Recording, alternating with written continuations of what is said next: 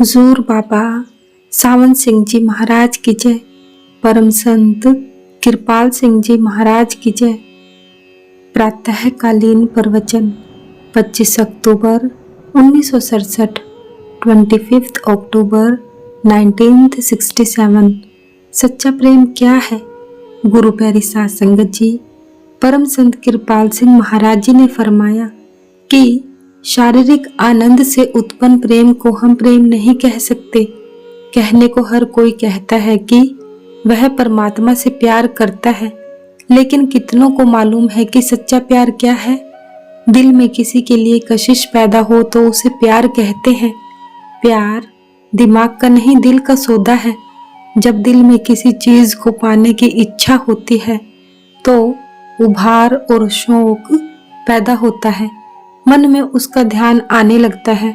इसीलिए मैंने कहा कि यह दिमाग का नहीं, दिल का मजमून है। प्यार सेवा और त्याग करना जानता है। उसमें छोटे बड़े, ऊंच नीच, राजा प्रजा का कोई सवाल नहीं होता। प्यार में राजा भी आम लोगों के साथ फर्श पर बैठ जाता है। प्यार में इंसान तन मन आत्मा अपना सब कुछ दे डालता है।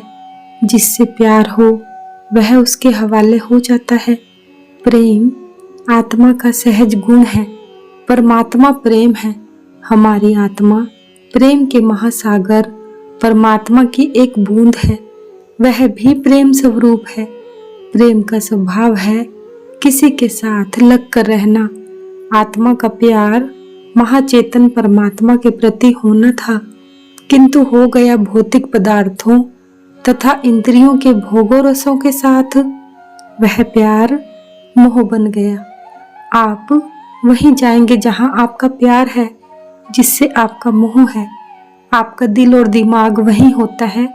दुनिया से प्यार है तो बार बार दुनिया में आना पड़ेगा।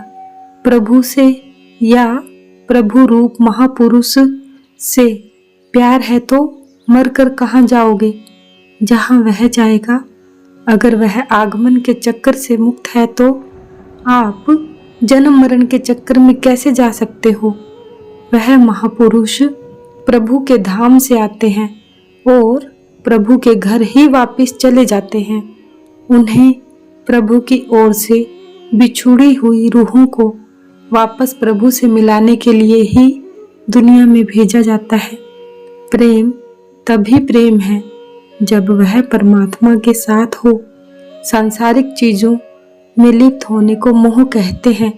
दिल को टटोल कर देखो, तुम किस चीज को चाहते हो? सच्चे प्यार में सौदेबाजी नहीं होती। उसमें तन मन धन अपना सर्वस्व प्रियतम पर न्यौछावर करना होता है। सवाल यह है कि सच्चा प्यार कैसे पैदा होता है? किसी से प्यार हो जाए तो कुदरती असूल है कि उसकी रसीली याद मन में बसने लगेगी। प्रभु से प्यार बढ़ाना चाहते हो तो रात दिन पल पल उसे याद करो। सबसे सहज तरीका यह है कि किसी ऐसे के पास बैठो जिसके रोम रोम से प्रभु प्रेम की धारा प्रसारित हो रही हो, जिसकी आत्मा प्रभु प्रेम में रंगी पड़ी हो। जैसी संगति वैसा असर। पहलवानों की संगति में पहलवानी का शौक पैदा होगा। विद्वानों की संगति में पढ़ने लिखने का शौक पैदा होगा। अगर आपको प्रभु प्रेम में रंगे हुए संत की संगति प्राप्त हो तो आप में भी उसी प्रेम का संचार होगा। कुरान शरीफ की एक उक्ति है, हर आशिक का कोई माशूक होना चाहिए। हम सब चेतन आत्माएं हैं। आत्मा देहधारी है। चेतन का चेतन ही से प्यार हो सकता है। हमारी आत्मा का प्रियतम महाचेतन परमात्मा ही हो सकता है। प्रभु से प्रीति लगानी थी, लगा बैठे दुनिया से। अतः हम बारंबार जन्म ले रहे हैं। हमें क्या करना चाहिए? हमारी प्रीति परमात्मा के साथ होनी चाहिए। जहां आशा तहां वासा। परमात्मा के साथ प्यार कैसे बढ़ाएं? याद रखो, जब तक आप किसी प्रभु प्रेम परमात्मा की संगति नहीं करते, परमात्मा के प्रति प्यार नहीं उपज सकता। उसकी संगति में परमात्मा की याद आती है। वह महापुरुष प्रभु के प्यार में रंगा होता है। जो भी उसके पास जाए उसे भी वह प्रभु प्रेम में रंग देता है। गुरु प्यारी साध संगत जी, महाराज जी ने फरमाया कि एक राजा था, उसकी 4 रानियां थी। राजा को प्रदेश जाना था। उसने अपनी रानियों से पूछवा भेजा कि वे क्या तोहफा मंगवाना चाहेंगी। 3 रानियों ने तो अपनी मनपसंद चीजें लिखकर भेज दी। छोटी रानी राजा से बहुत प्यार करती थी। उसने लिख भेजा, मुझे केवल आपकी जरूरत है, आप जल्दी सकुशल लौट आएं, मुझे और कुछ नहीं चाहिए। जब राजा वापस आया, उसने सब रानियों को उनके मन चाहे उपहार भेज दिए और स्वयं छोटी रानी के पास चला गया। कहने का तात्पर्य यह है कि सच्चे दिल से जो मांगोगे वही चीज आपको मिलेगी। महापुरुषों का कहना है कि जो प्रभु से मांगोगे वह आपको अवश्य देगा, लेकिन वह दिल की पुकार होनी चाहिए। हम कहते तो हैं, हे प्रभु हम तुझे चाहते हैं, मगर दिल से दुनिया मांगते हैं। हमारे मन में दुनिया की हवस भरी पड़ी है। अगर दिल से प्रभु को मांगोगे तो वह जरूर मिलेगा। हम दुनिया और दुनिया की चीजें मांगते हैं। जो सचमुच प्रभु को पाना चाहते हैं वे लोक परलोक की कोई इच्छा मन में नहीं रखते, ना इस लोक का ऐश्वर्य ना परलोक का सुख मांगते हैं। उन्हें मोक्ष भी नहीं चाहिए। वे प्रभु से केवल प्रभु को मांगते हैं। उन्हें एक ही इच्छा है कि हर समय परमात्मा के पास रहें, उससे अलग ना हो। इसी इच्छा को लेकर वे जीते हैं। अगर हमारे मन की यह अवस्था हो गई है, दिल में प्रभु से मिलने की तड़प पैदा हो चुकी है, तो वह अवश्य मिलेगा। अगर आप प्रभु की तरफ एक कदम बढ़ाओगे तो वह 100 कदम आगे बढ़कर आपको लेने आएगा। सिर्फ हमें यह फैसला करना है कि हम सचमुच दिल से क्या चाहते हैं।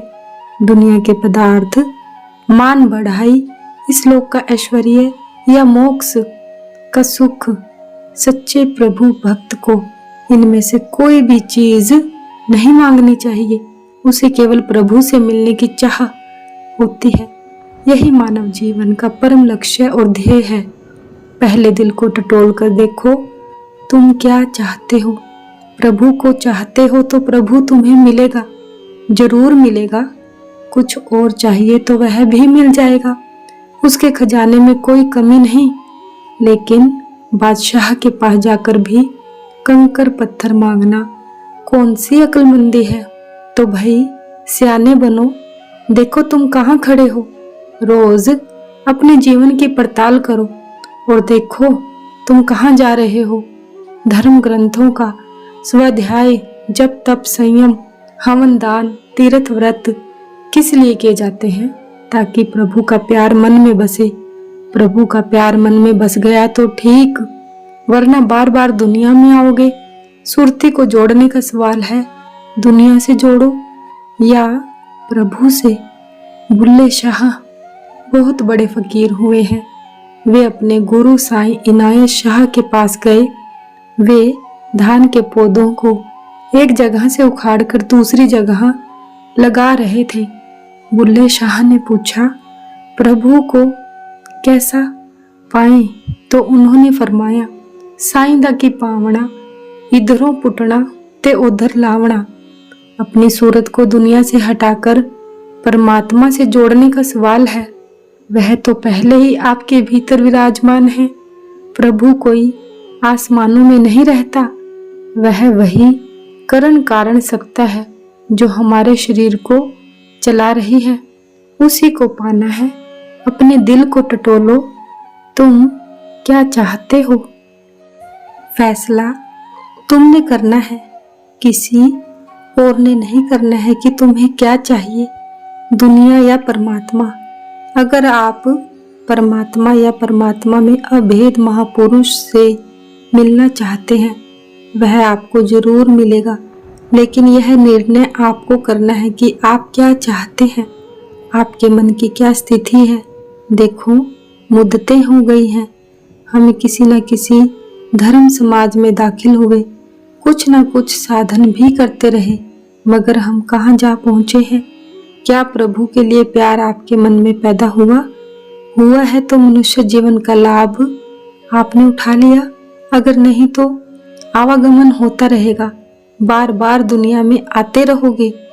प्रेम में कोई रस्म रिवाज, कोई चिन्ह चक्र आकार धारण करने की या कोई आडंबर करने की जरूरत नहीं है।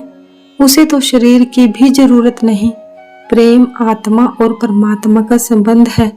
मानव जीवन ही वह स्वर्णिम अवसर है जिसमें हम प्रभु को पा सकते हैं, वरना फिर जहां आशा वहां वासा, मर कर वहीं जाओगे जहां आपको मोह लगा है। बड़ी साफ बात है, प्रभु से या प्रभु रूप हस्ती से प्यार है तो आवागमन से छूट जाओगे, मरकर वहीं जाओगे जहां वह महापुरुष आएगा। महापुरुष हमें बाहरी रस्म रिवाज बदलने को नहीं कहते, वे कहते हैं अपने अपने समाज में रहो, उस समाज की मर्यादा का पालन करो। प्रभु को पाने का यह स्वर्णिम अवसर आपको मिला है, इसका लाभ उठाओ। अपनी आत्मा को उस परम सत्ता से जोड़ो जो आपको, आपके इस शरीर को और सारे जगत को चला रही है। तुम्हारा यह शरीर सच्चा हरि मंदिर है जिसमें आप यानी आत्मा भी निवास करते हो, और वह प्रभु भी जिसके सहारे आप इस जिस्म में स्थित हैं, वह भी इसी में निवास करता है। संत सतगुरु शरीर की नजर से आपको नहीं देखता, ना ही समाजों और बाहरी चिन्हों की नजर से देखता है, वह आत्मा की दृष्टि से देखता है। उसकी नजर में हम सब आत्मा देहधारी हैं और आत्मा की जात वही है जो परमात्मा की जात है। एक ही प्रभु सब करता धरता प्रतिपालक जीवन आधार है। अब आप समझे प्रेम क्या है। प्रेम का संबंध दिल से है, दिमाग से नहीं। एक आदमी बुद्धिमान ज्ञानवान होते हुए भी प्रेम से खाली हो सकता है। प्रेम दिमाग को भी काबू करता है, लेकिन कभी कभी दिमाग प्रेम के रास्ते में बाधक बन जाता है। हमें रोज अपने जीवन की पड़ताल करके देखना है कि प्रेम पथ पर हम कहाँ खड़े हैं और कहाँ जा रहे हैं। इधर वर्ल्ड दुनिया की ओर या उधर वर्ल्ड शब्द प्रभु की ओर। वर्ल्ड से एल को निकाल दो तो वह वर्ड हो जाता है। अहम अहंकार या मैं पना निकाल दो तो कारण प्रभु रह जाता है, जिसे यीशु मसीह ने वर्ड अर्थात शब्द का नाम दिया है और उसके बारे में कहा है, शुरू में जब कुछ नहीं था वर्ड शब्द था, शब्द परमात्मा के साथ था और वर्ड या शब्द ही परमात्मा था। अध्यात्म रूहानियत कठिन नहीं, मैं तो कहूँगा कि यह सबसे आसान और स्वाभाविक मार्ग है। दुनिया की विद्याओं अथवा सांसारिक विद्याओं को सीखने के लिए हमें किसी हाइपोथेसिस अर्थात कल्पित आधार पर बरसों अध्ययन करना पड़ता है। फिर भी हम निश्चित रूप से यह नहीं कह सकते हैं कि दुनिया की चीजों के बारे में हम सब कुछ जानते हैं, किंतु अध्यात्म में, जो कि सारे ज्ञान ध्यान का समस्त रचना का मूल और आधार है, आप सृष्टि के आदि से सब कुछ जान सकते हैं। उसमें केवल आपको यही करना है कि अपनी तवज्जो या ध्यान को इधर बाहर की दुनिया से हटाकर उधर प्रभु में केंद्रित करो। यही प्रभु को पाने का रास्ता है। अब आप स्वयं फैसला कर लें, आप क्या चाहते हैं, दुनिया को या प्रभु को। दुनिया की चीजें तो समय आने पर मिल जाएंगी, पर क्यों ना प्रभु को पाने की इच्छा रखें, ताकि आप प्रभु के हो जाओ और प्रभु आपका हो जाए। आपके और प्रभु के बीच कोई व्यवधान ना रहे, न तन का, न मन का, न बाह्य जगत का। महापुरुष मानव जाति को यही सुमति देने के लिए अवतार लेते हैं। वे नहीं देखते कि कौन किस समाज की विचारधारा से संबंध रखता है, वह गिरजे में है, गुरुद्वारे में, मंदिर में या मस्जिद में, इन धर्म स्थानों में लोग प्रभु की आराधना करने जाते हैं ताकि प्रभु के लिए प्यार मन में उत्पन्न हो। धर्म स्थानों को सिर्फ हाथ लगा देने से या इनमें हाजिरी भर देने से कोई लाभ नहीं। देखना यह है कि क्या मस्जिद, मंदिर, गिरजे, गुरुद्वारे में जाकर तुम्हारे मन में प्रभु का प्यार, उससे मिलने का चाव पैदा हुआ है। बेगार काटने से क्या फायदा, सुबह से शाम तक जान खपाओ और मजदूरी कुछ ना मिले। इंसान पैदा होता है तो बेबस और लाचार होता ही है। मरते वक्त भी खाली हाथ जाए तो जीवन का क्या अर्थ हुआ।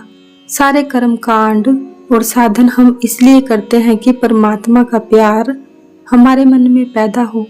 उसका सबसे अच्छा और आसान तरीका है किसी ऐसे महापुरुष की संगति जो प्रभु की मस्ती से लबालब भरा हो, जिसके हरि रस भीने नयनों से और रोम रोम से प्रभु प्रेम की सूरा शराब छलकती हो, जो प्रभु प्रेम की मादकता से मद मस्त हो। यह मादकता नशा आप किस प्रकार पा सकते हैं? आंखें झरोके हैं जिनसे आत्मा झांकती है। जिस रंग में आत्मा रंगी है वही रंग आंखों से छलकता है। जब हम अपने हुजूर परम संत श्री हुजूर बाबा सावन सिंह जी महाराज के चरणों में शीश झुकाते तो हुजूर महाराज फरमाते, वहां नीचे पैरों में क्या रखा है, ऊपर मेरी आंखों में देखो। प्रभु का वह प्रभाव, वह रंग और असर सबसे ज्यादा आंखों से ही मिलता है। उससे आंखें चार होने पर दुनिया का तन मन का होश नहीं रहता। यही प्रभु प्रेम की वह अनमोल निधि है जो मनुष्य जीवन में ही मिल सकती है। हर दिन अपनी पड़ताल करो कि हम में प्रभु प्रेम उपजा है या नहीं। ये बातें जीवन में धारण करने के लिए है, मात्र पढ़ने के या औपचारिकता पूरी करने के लिए नहीं। एक महात्मा ने कहा है, अगर प्रभु का प्यार आपके मन में पैदा नहीं हुआ है तो सिर्फ एक गधे के समान पुस्तकों और ग्रंथों का बोझ ढो रहे हो। दिमाग में पुस्तकालय भर लेने का क्या फायदा अगर आत्मा को प्रेम के अमृत की एक बूंद भी ना मिली। एक बार एक विद्यार्थी स्वामी रामकृष्ण परमहंस के पास पहुंचा। उसकी बगल में एक किताब थी। परमहंस जी ने पूछा, यह पुस्तक कौन सी है? विद्यार्थी ने जवाब दिया, इसमें पानी बनाने की विधि लिखी है। यह बात सुनकर परमहंस जी हंसकर बोले, इस किताब के कुछ पन्ने निकाल कर निचोड़ो, देखो कितनी बूंदें पानी की निकलती है। बात समझे, किताबों का पढ़ाना सिर्फ एक कदम है। पहला कदम वह काफी नहीं। आप प्रभु से मिलन की, प्रभु से प्रेम की, प्रभु रूप महापुरुषों की बात करते हो, उनकी महिमा का बखान करते हो, परंतु अपने अंतर में झांक कर देखो, प्रभु और प्रभु रूप महापुरुष के प्यार की कितनी बूंदें तुम्हारे अंतर में उतरी हैं। यही विचारणीय है। हमें इसी अनमोल निधि को पाना है। हम इन चीजों की परवाह नहीं करते और बाहरी आडंबरों में लगे रहते हैं। उनके लिए हम अपनी जान भी दे देते हैं। यही हमारे पतन का कारण बन जाता है।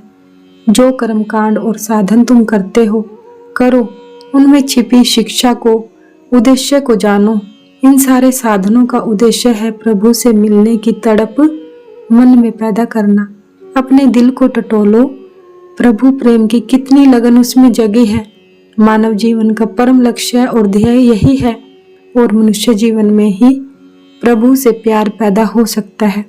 अपने जीवन तथा कृत्य पर हर वक्त कड़ी नजर रखो और देखो जीवन के परम लक्ष्य की ओर कितने कदम आप आगे बढ़े हैं।